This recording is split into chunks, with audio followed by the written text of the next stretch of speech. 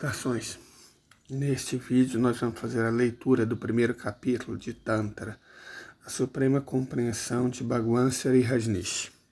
Nós fizemos um vídeo igual ontem, mas o som ficou horrível. Uma leitura chamou a atenção para isso e realmente não dava. Então nós vamos refazer. Qual que é a ideia? Tem saído muita coisa a respeito da Índia. Na verdade, não. Eu estou mentindo. Tem saído pouca coisa a respeito da Índia. Mas o que tem saído quase sempre é bobagem. E isso acontece porque existe uma incompreensão muito grande daquele país, sobre aquele país. Certo? Você resumir a Índia a números, tipo, tem uma área de 3.287.000 km², do tamanho da soma da Argentina com o Paraguai, tem uma população de 1.342.000.000 de habitantes, né, maior do que a da China, maior do que a da África, né? Isso não ajuda a entender a Índia. Porque a Índia, é necessário que isso seja compreendido, a Índia não é só um país, tipo, não é uma Guatemala, não é uma Alemanha. A Índia é uma civilização, e uma civilização muito antiga. Perfeito? Tão antiga quanto a China, tão antiga quanto o Irã, muito mais antiga do que a cristandade, muito mais antiga do que o islamismo. E não estou falando só do hinduísmo, do brahmanismo, certo? A Índia é uma civilização muito antiga, é herdeira de tradições civilizacionais muito antigas. Então eu precisava de alguma coisa que permitisse às pessoas compreender a lógica da civilização indiana. Perfeito? Mas o que? Eu poderia usar, sei lá, a obra de alguém da civilização indiana, como Buda. Mas assim como Jesus não representa a civilização ocidental, porque a civilização ocidental é o liberalismo, Buda não representa a civilização indiana. Certo? Não representa. Pelo contrário, Buda era anti-espiritualista. Buda negava a existência de Deus. Mas ele também negava a existência da matéria, então ele não era materialista. Buda era um nihilista, que encontrou um caminho individual. Nisso ele é muito indo-europeu. Na verdade, ele é herdeiro de tradições indo-europeias muito antigas. E o brahmanismo, a Índia, é anterior a isso. Ok, houve uma influência muito grande dos arianos e tal, mas a civilização indiana é anterior a isso tudo. Perfeito? Então eu tinha que procurar alguém que realmente exprimisse esse espírito. Bhagwan representa bem isso. Não depois que ele trocou de nome, foi para os Estados Unidos e ficou maluco, não. Bhagwan, originalmente. Então vamos começar a nossa leitura. Eu espero que dessa vez o som esteja bom. Eu não vou fazer uma narrativa, uma narração olhando. Primeiro que eu acho essa paisagem entre Minas e Goiás até simpática. E segundo, porque eu estou muito acabado. Ontem eu tive febre, dor de cabeça, dor de garganta. E hoje o efeito da vacina amanheceu batendo, amanheceu me socando a cara. Então vocês não precisam ver minha cara. Curtam a imagem. Tá até bonitinho. É o caminho entre Minas e Goiás, de Catalão a Araguari. Ok? Vamos com a leitura. A experiência do definitivo não é, absolutamente, uma experiência. Porque quem experimenta está perdido. E onde não há aquele que experimenta, o que se pode dizer da experiência? Quem o dirá? Quem relatará a experiência? Quando não há sujeito, o objeto também desaparece. As margens desaparecem. Apenas o rio da experiência permanece. O conhecimento está ali, mas o conhecedor está ausente. Esse tem sido o problema dos místicos. Eles alcançam o definitivo, mas não o podem relatar ao que lhes vem depois. Não podem relatá-lo a outros, que gostariam de ter essa compreensão intelectual. Tornaram-se um com o definitivo. Todo o seu ser o relata, mas a comunicação intelectual é impossível. Eles poderão te dar, se você estiver pronto para receber. Poderão permitir que você alcance, se você também permitir que isso aconteça, se você for receptivo e aberto. Mas as palavras não farão isso. Os símbolos não ajudam. Teorias e doutrinas não terão qualquer uso. A experiência é tal que mais se assemelha a um experimentar do que a uma experiência. É um processo, começa, mas jamais termina. Você entra nele, mas jamais o possui. É como uma gota caindo no oceano, ou o próprio oceano caindo na gota. É uma fusão profunda, uma unidade. Você simplesmente se dissolve nela. Nada fica para trás. Você quer um traço. Assim, como você vai se comunicar? Você vai voltar para o mundo do vale? Vai voltar para aquela noite escura para dizer que achou a luz? Todos os místicos no mundo sempre se sentiram impotentes no que se refere à comunicação. A comunhão é possível, mas a comunicação não é. Isso deve ser entendido desde o princípio. A comunhão possui uma dimensão totalmente diferente. Dois corações se encontram e dá-se um caso de amor.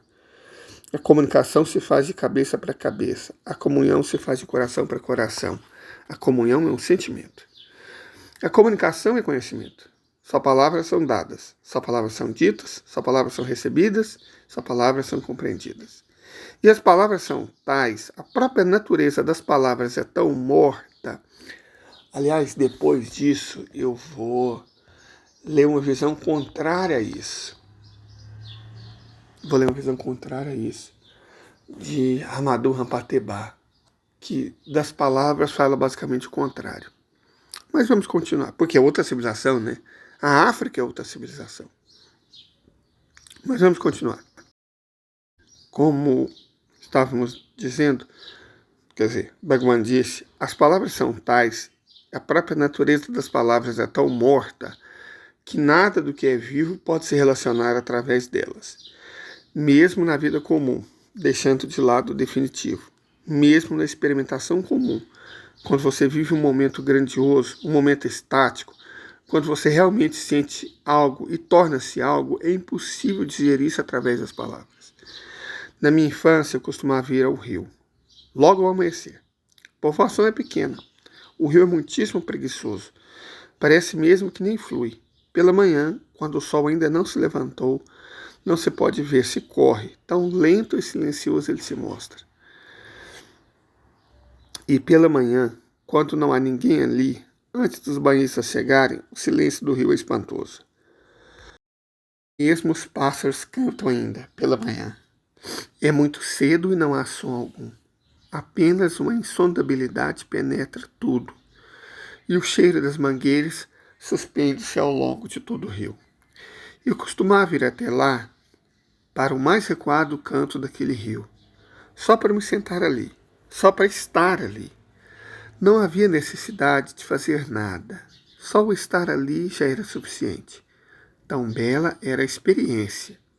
Tomava banho, nadava, e quando o sol se erguia, ia para outra margem, para a vasta extensão de areia. Enxugava-me sobre o sol, deitando-me ali e às vezes adormecendo. Quando voltava, minha mãe costumava perguntar: "O que você estava fazendo durante toda a manhã?" E eu respondia: "Nada." Porque realmente eu não estivera fazendo nada. Ela retornava: "Como é possível? Durante 4 horas você não esteve aqui. E como é possível que você não tenha feito nada? Deve ter estado a fazer alguma coisa." Ela tinha razão, mas eu também não estava errado. Eu não tinha estado a fazer coisa alguma. Estivera apenas ali, com o rio, sem nada fazer, deixando que as coisas acontecessem. Se eu sentia vontade de nadar, preste atenção, se eu sentia vontade de nadar, nadava. Mas não era um ato da minha parte. Eu não estava forçando nada. Se sentia vontade de dormir, dormia. As coisas aconteciam, mas não havia o que as fazia acontecer. E minha primeira experiência de Sartori iniciou-se junto àquele rio. Nada a fazer, estar ali, simplesmente, e milhões de coisas acontecendo. Minha mãe, entretanto, insistia em que alguma coisa eu estivesse fazendo. Então eu dizia: "Está bem." Tomei um banho e enxuguei meu corpo ao sol. Ela, então, se mostrava satisfeita. Eu, porém, não estava, porque o que se passava no rio não podia ser expresso por palavras. Tomei banho. Parece algo tão falho e descorado. Brincar no rio, boiar no rio, nadar no rio eram experiências de tal modo profundas que não fazia sentido algum eu dizer simplesmente tomei um banho. Ou dizer apenas eu estive ali, caminhei pela margem, sentei-me ali. As palavras nada transmitiam. Mesmo na vida cotidiana, sentimos a inutilidade das palavras. E a vida, se ainda não sentiste a inutilidade das palavras, é porque você não a praticou. Você ainda não esteve vivo. Você viveu apenas superficialmente. Se o que você viveu, seja lá o que for, pode ser transmitido através das palavras, isso significa que absolutamente você não viveu. Eu acho que é a mesma coisa das experiências que a gente compartilha nas redes sociais, né? Tem muitos lugares que eu fui que eu não tirei foto alguma. Muitos. No meu Facebook tem foto do Quirguistão, foto da Rússia, foto da Ucrânia, foto da Holanda, Bolívia, Peru, Argentina. Mas tem muito lugar que eu fui e não tirei foto. Por quê? Porque eu concordo com Rajneesh. A verdadeira experiência, ela não pode ser traduzida nem em palavras nem em imagens. Mas vamos continuar com o mestre indiano. Quando, pela primeira vez, algo para além das palavras começa a acontecer, então a vida acontece para você. A vida bate à sua porta. E quando o definitivo bate à sua porta, você simplesmente se vê para além das palavras. Você se torna mudo. Não pode falar. Nem mesmo uma só palavra vai se delinear no seu interior. E o que for que você possa dizer parecerá tão descorado, tão morto, tão sem sentido, tão destituído de qualquer significação, que você vai pensar está sendo injusto para com a experiência que te aconteceu. Lembre-se disso, porque Mahamudra é a última, a definitiva experiência. Mahamudra é a experiência tântrica, ok? Mahamudra significa um orgasmo total com o universo. Se você tiver amado alguém, algumas vezes sentiu uma fusão, uma submersão. Os dois já não são dois. Os corpos permanecem separados.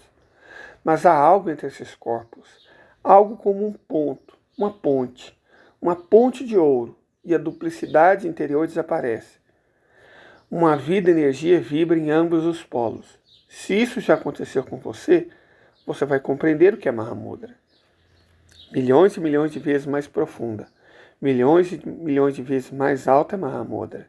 É um orgasmo total com o todo, com o universo. É fundir-se na fonte do ser. Nós vamos ver aqui que Mahamudra é o contrário da yoga, gente. Essa é a canção de Mahamudra. Foi belo a parte de Tilopa chamar a isso de canção. Você pode cantá-la, mas não pode dizê-la. Você pode dançá-la, mas não pode dizê-la. É algo tão profundo que o cantar pode transmitir dela a minúscula parte. Não que você canta, mas a forma pela qual você canta. Muitos místicos simplesmente dançaram depois de sua experiência com o definitivo. Não poderiam fazer outra coisa. Estavam dizendo algo através de todo o seu ser, de todo o seu corpo. Corpo, mente, alma, tudo se envolvia naquela experiência. Dançavam, e aquelas não eram danças comuns. Na verdade, toda a sua força nascera deles mesmos. Era uma forma de contar o êxtase, a felicidade, a beatitude. Sobre isso eu gostaria de uns comentários, né?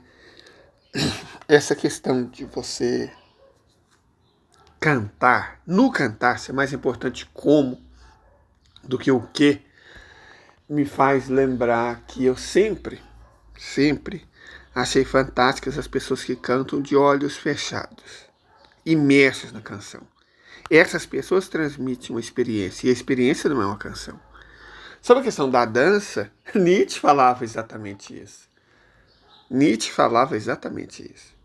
E a dança tem um fundamento religioso profundo, inclusive no cristianismo, no judaísmo, nas religiões africanas. Essa é uma diferença importantíssima da religiosidade africana com a religiosidade ocidental ou asiática, né? Porque o judaísmo e o cristianismo são religiões asiáticas, da Ásia Ocidental, que é a preocupação do cristianismo, do islamismo, do judaísmo, da religião que os evangélicos praticam, de falar e falar e falar e falar e convencer pela palavra, certo?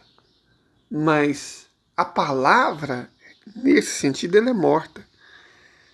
A experiência não se dá pela palavra. E a experiência, esse todo com o divino, esse todo com Deus, você nunca vai conseguir transmitir o que é isso falando. Da mesma forma que você não vai conseguir exprimir o que é o amor usando palavras. Talvez os poetas, mas eles recorrem às palavras de um modo diferente, né? Mas vamos voltar a Rajneesh. Algo do desconhecido penetrara no conhecido. Algo do além viera à terra. E que outra coisa você poderia fazer? Dançar o fato, cantar o fato. Essa é a canção de Mahamudra. Lembrando, Mahamudra não é uma pessoa. Mahamudra é um estado. Perfeito? Estado de beatitude. Muito típico da Índia. Está falando de outra civilização. Voltando ao Rajneesh. E quem vai cantá-la? Tilopa já não existe. A sensação orgásmica, ela própria está cantando. Não é cantada por Tilopa. Tilopa já não existe. A própria experiência vibra e canta. Daí a canção de Mahamudra, a canção do êxtase. O próprio êxtase a canta. Tilopa fundiu-se. Quando aquele que procura se perde, só então a meta é atingida. Quando já não existe a experiência, é ali que a experiência está.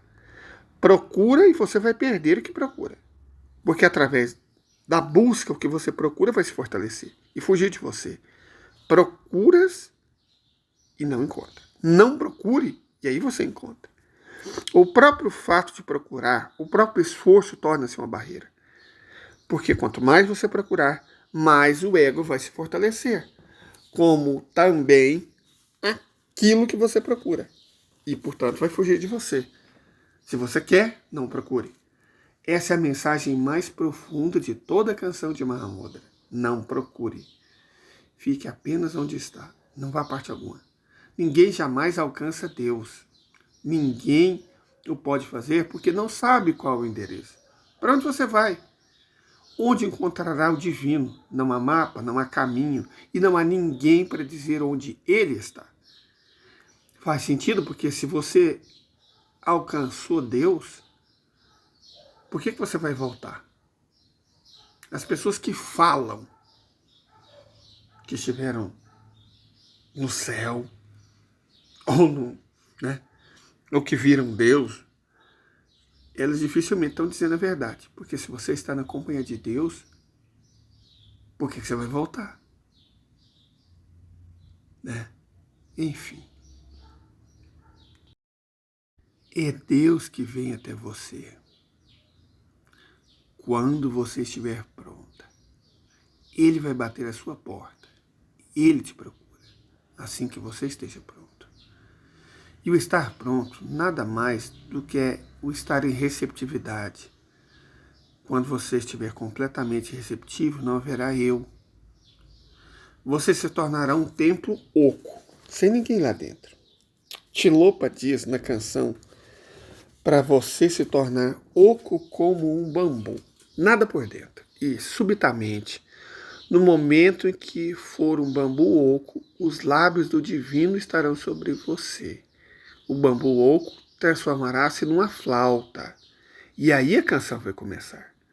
Canção de Mahamudra. Tilopa tornou-se um bambu oco. O divino veio e a canção teve início. Não a canção de Tilopa, mas a canção da própria experiência definitiva. Alguma coisa sobre Tilopa antes de entrarmos nesse belo fenômeno. Não se conhece muito sobre Tilopa, porque nada, na verdade, pode ser conhecido sobre tais pessoas. Elas não deixam traços.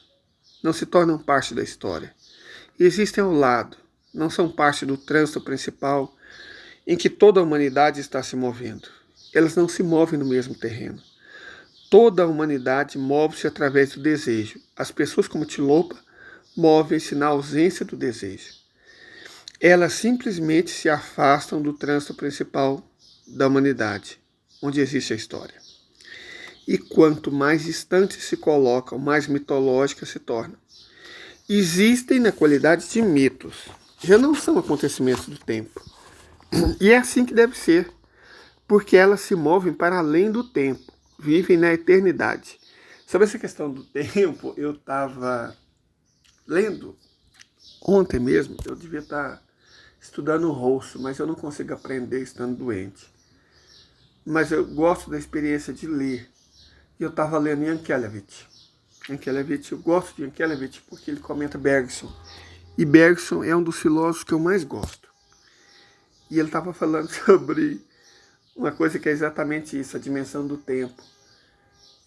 Yankelevich comenta que o tempo em Bergson é muito diferente do tempo em Kant. O tempo é uma sensação, uma experiência. E é incrível que Rajneesh concorde com isso. Né? Ou que a Índia concorde com isso, mas muitos e muitos e muitos séculos antes de Bergson falar e Yankelevich comentar. Essa é a questão da Índia enquanto civilização. Né? A gente realmente precisa entender que eles são muito mais antigos do que a gente. Os gregos não os influenciaram. Os chineses não os influenciaram. Os indianos são os indianos. Compreender a Índia é muito diferente de saber que a capital é Nova Delhi, que o governante é o Modi, que o sistema político é isso ou aquilo, que os estados são isso ou aqueles. Não, gente. Estou falando de compreender a Índia. Compreender. Assim como compreender a Rússia, que é outra civilização, os muçulmanos, outra civilização, os africanos, outra civilização, os chineses, outra civilização, os polinésios, outra civilização, os latino-americanos, somos outra civilização. Essa tentativa de nos empurrar o Ocidente, cara, porra, vai na Bolívia, vai no Peru, sinta aquilo, você vai ver que não é a mesma coisa. Eu imagino que também o México, mesmo americano, deve ser diferente. Eu nunca fui ao México, morro de vontade, mas nunca fui. Eu fui só até o Panamá. Mas nós somos outra civilização. Apesar da nossa elite tentar emular, somos ocidentais, tentar emular valores liberais, identitarismo, wokeísmo, todas essas bobagens, nós somos outra civilização. Nos compreender nossos vizinhos, passa por entender isso. É muito mais do que número. É muito mais do que nome. Certo? Mas vamos voltar. Rajneesh disse que dessa dimensão da nossa humanidade comum, elas simplesmente desaparecem, evaporam-se. Só do momento que estão se evaporando, só desse momento é que nós nos recordamos. Até então elas são parte de nós. Por isso é que não se conhece muito sobre Tilopa, sobre quem era ele. Só existe canção. É a dádiva de Tilopa. E foi concedida ao seu discípulo Naropa. Essas dádivas não podem ser concedidas a ninguém, a não ser que exista uma profunda intimidade de amor. A pessoa tem que ser capaz de receber tal dádiva. E aquela canção foi concedida a Naropa, seu discípulo. Antes de recebê-la, Naropa foi testada de 1000 maneiras. Sua fé, seu amor, sua confiança. Quando se soube que nada de duvidoso existia nele, nem mesmo a mais insignificante partícula de dúvida, quando seu coração estava inteiramente repleto de confiança e de amor, a canção lhe foi dada. E veja, o princípio do Ocidente, o princípio liberal, o princípio iluminista, cartesiano é duvide de tudo. Duvide de tudo. A dúvida é o método do cogito, da compreensão, do entendimento. Isso para Descartes. E o iluminismo que veio depois. Eu sempre digo que o iluminismo é uma coisa muito diferente do renascentismo. O O renascentismo era uma expressão ocidental do ser humano, homem, mulher, arte, ciência, música, filosofia, engenharia, mas o iluminismo é só razão, é só mente, é só ciência, é uma resposta pretensiosa para tudo. Existem pessoas, e nem são poucas, que tratam a ciência como religião. Tratam qualquer forma de espiritualidade como uma bobagem. Esse é o típico ocidental. Esse é Descartes, que duvidava de tudo. Rumi não era tão diferente. Apesar, né, dele se supor empirista, e supostamente o empirismo se baseia na experiência, essa questão do exame da dúvida era importante mesmo para o empirismo, tanto quanto para o racionalismo. Então nós temos um racionalismo que limita a razão a um só caminho e o empirismo que ignora a experiência em favor da palavra. Esse é o Ocidente. Certo? Mas vamos continuar com a Geniche. Também estou aqui para cantar uma canção, mas ela só vai poder dada a você quando você estiver pronto. E esse estar pronto significa que a dúvida simplesmente desapareceu da sua mente. Ela não deve ser suprimida. Você não deve tentar se desfazer dela, porque se você tentar, ela vai permanecer com você e vai te afetar. Suprimida, ela permanecerá como parte do seu inconsciente e vai continuar a te afetar. Não combata a sua mente que duvida. Não suprima. Antes, leve cada vez mais energia para a sua confiança. Seja indiferente à sua mente que duvida. Você não pode fazer mais nada. A indiferença é a chave. Seja simplesmente indiferente. Ela aí está. Aceita. Leve suas energias mais e mais em direção à confiança e ao amor. Porque a energia que se torna dúvida é a mesma energia que se torna confiança. Mantenha-se indiferente à dúvida. No momento em que você se tornar indiferente, a sua cooperação será rompida. Você não vai estar mais alimentando a dúvida. Porque é através da atenção que todas as coisas se alimentam. E Jung falava uma coisa parecida, né? As pessoas, eu vou falar, né, dos bolsonaristas. Eu não tenho, amigos bolsonaristas, mas é porque eu praticamente não tenho amigos. Eu sou basicamente um recluso, né, um misantropo. Tenho um transtorninho e não me sinto à vontade no meio de multidões. Então eu tenho poucos amigos. Mas meus amigos, muitos deles têm muitos amigos, até gente como eu. E eles comentam dos bolsonaristas perdidos, que ficam provocando, porque querem uma reação. É exatamente o contrário que a gente deve fazer nesse caso. A gente não quer uma reação, a gente quer uma cooperação. Continua Rajneesh. Devemos apenas ser indiferentes, nem a favor nem contra. Não seja a favor da dúvida, não seja contra a dúvida. Assim, você terá que compreender 3 palavras. Uma palavra é dúvida, a outra é crença e a terceira é confiança, ou fé. Aquilo que no Oriente se conhece como Shraddha. A dúvida é uma atitude negativa em relação a qualquer coisa. O que quer que se diga é ouvido, de início negativamente. Você se sente contra aquilo e encontra razões, racionalizações que apoiam a sua negatividade. Há, então, a mente da crença. É tal e qual a mente da dúvida. Só que de cabeça para baixo, não há diferença. Tal mente se vê tudo como positivo e tenta encontrar razões, racionalizações que apoiam essa atitude a favor. A mente que duvida suprime a crença. A mente que acredita suprime as dúvidas. Mas ambas são do mesmo tipo. A qualidade não é diferente. Há, então, um terceiro tipo de mente. E dessa mente, a dúvida simplesmente desapareceu. Quando a dúvida desaparece, a crença também desaparece. Fé não é crença. Fé é amor. Cara, Jesus disse que, para pessoas que foram curadas, né, que a fé os curou. O amor, portanto, os curou? Que é o que Jesus recomendava, né? Não os discípulos dele, né? Que estão recomendando ódio e tal. Não. A lei de Jesus era simples. Fé. Amor. Ame Deus acima de todas as coisas, ao próximo como a ti mesmo. E é a fé que cura.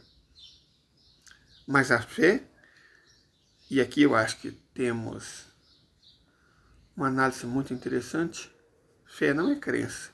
De fato, porque a crença você escolhe acreditar. A fé não, eu fui ateu por quase 40 anos. Eu sei muito bem que a fé não é uma escolha. E sei muito bem que ela não é uma crença. Raginista, correto. Inclusive ele continua. Fé não é crença, porque ela não é uma metade, ela é uma totalidade. Fé não é crença, porque nela não há dúvida. Portanto, como é que ela pode crer? Fé não é racionalização, absolutamente. Fé não é contra nem a favor, nem disso nem daquilo. Ter fé é ter confiança, uma confiança profunda, amor. Não encontrará racionalização para isso. Simplesmente é assim. Então o que fazer? Não crie crenças contra a fé. Seja indiferente a ambas, crença e dúvida. E leve a sua energia na direção do amor. Ame mais. Ame incondicionalmente. Olha, alguém já disse isso. Não ame a mim apenas, porque isso não é possível. Se você ama, você simplesmente ama. Se ama, simplesmente existe sob uma forma mais amorosa. Tem amor não só pelo mestre, mas por tudo quanto existe em torno de ti. Cara, Jesus falava isso. Pelas árvores e pelas pedras, pelo céu e pela terra. Você, o seu ser, a sua própria qualidade de ser torna-se um fenômeno de amor. Então surge a confiança. E só uma confiança assim pode ser concedida uma dádiva como a canção de Mahamudra. Quando Naropa esteve pronto, Tilopa concedeu-lhe a sua dádiva. Portanto, recorda-se que, com o mestre, você não está viajando com a cabeça. Dúvida e crença são ambas viagens com a cabeça. Com o mestre, você viaja com o coração. Então, Jesus, você não explica. Jesus, você não aprende lendo a Bíblia incansavelmente e anotando. Jesus, você aprende por dentro. Porque o ensinamento dele é incrível, né? Ele diz que até uma criança aprendia, até uma criança entendia. Com Muhammad não é diferente, mesmo com Siddhartha. Com Sócrates, aquela besta, assim, ele falava e falava e falava e até criou um método na falação. Sócrates era uma anta. Sempre achei isso. Quando eu ensinava filosofia, eu falava, gente, Sócrates é uma besta. Comparar ele com Jesus, comparar ele com Siddhartha, é uma bobagem. Mas, enfim, vamos continuar. Eu tomei gripado, gente, vocês me perdoam a voz. E o coração não sabe o que é a dúvida. O coração não sabe o que é a crença. O coração simplesmente confia. O coração é como uma criança pequena que vai pela mão do pai e segue para onde ele for, sem confiar nem duvidar. A criança é indivisa. A dúvida é metade, a crença é outra metade. Uma criança ainda é total, inteira. Ela vai simplesmente para onde quer que seu pai se dirija. Quando um discípulo se torna tal qual uma criança, só então pode ser concedida as dádivas do mais alto grau de percepção. Eu conheço alguém que disse uma coisa parecida com isso. Tornar-se como uma criança. Quando você se torna o mais profundo vale da percepção, os mais altos graus da percepção podem te ser concedidos. Só um vale pode receber um grau. Um discípulo deve estar absolutamente feminino, receptivo, como um útero. Só então tal fenômeno acontece. Como vai acontecer nessa canção. Tilopa é o mestre, Naropa o discípulo. Tilopa diz: Mahamudra está para além das palavras e símbolos, mas para ti, Naropa, sério e leal, isso deve ser dito. Aquilo que está para além das palavras e símbolos, de todas as palavras e de todos os símbolos. Então, como pode ser dito? Há então alguma forma? Sim, há uma forma. Se há um Naropa, há uma forma. Se há realmente um discípulo, há uma forma. Depende do discípulo ser ou não encontrado dessa forma. Se o discípulo for receptivo, tão receptivo que não tem mente própria, não julgará se é errado ou certo. Ele não tem mente própria. Cedeu sua mente ao mestre. Ele é simplesmente receptividade, um vazio pronto para receber incondicionalmente o que quer que lhe deem. E então as palavras e os símbolos não serão necessárias. E então algo pode ser dado. Você pode ouvir isso entre as palavras, pode ler entre as linhas. E as palavras são apenas uma escusa. O que é verdadeiro acontece exatamente à margem das palavras. Palavras são apenas artifícios, expedientes. O real segue as palavras como uma sombra. E se você não estiver muito preso à mente, ouvirá as palavras, mas não poderá comunicar-se. Mas, se não fores absolutamente uma mente, então as sombras sutis que seguem as palavras, muito sutis, só o coração pode vê-las, sombras quase invisíveis, ondulações invisíveis da percepção, vibrações. Então a comunhão será imediatamente possível. Disse Tilopa. Mas para ti, Naropa, sério e leal, isso deve ser dito. Aquilo que não pode ser dito, deve ser dito ao discípulo. Aquilo que não pode ser dito, aquilo que é absolutamente invisível, deve se tornar visível para o discípulo. Isso depende não apenas do mestre, mas, e ainda mais, ao discípulo. Tilopa foi afortunado encontrando Naropa. Tem havido alguns desafortunados mestres que jamais encontraram um discípulo como Naropa. Assim, o que quer que tenha um ganho desaparece com eles. Porque não há ninguém para receber. Gente, essa cidade é Araguari, em Minas Gerais, tá? Chegamos em Araguari. Às vezes, os mestres viajam milhares de milhas para encontrar um discípulo. O próprio Tilopa foi da Índia para o Tibete para encontrar Naropa, para encontrar um discípulo. Tilopa vagueou por toda a Índia e não pôde encontrar um homem daquela qualidade. Diógenes também fez isso, com a lanterna. Um homem que recebesse a dádiva, que a apreciasse, que estivesse em condições de absorvê-la, de renascer através dela. E desde que a dádiva foi concedida a Naropa, ele se transformou totalmente. Conta-se que Tilopa disse a Naropa: agora vai e procura o seu Naropa. Naropa também foi afortunado. Ele pode encontrar um discípulo cujo nome era Marpa. Marpa também teve muita sorte. Encontrou um discípulo cujo nome era Milarepa. E então a tradição desapareceu. Não houve mais discípulos daquele grande calibre que fossem encontrados. Por muitas vezes surgiram e desapareceram religiões. Por muito tempo, elas aparecerão e desaparecerão. Uma religião não pode se tornar uma igreja. Uma religião não pode se tornar uma seita. Uma religião depende de comunicação pessoal, de comunhão pessoal.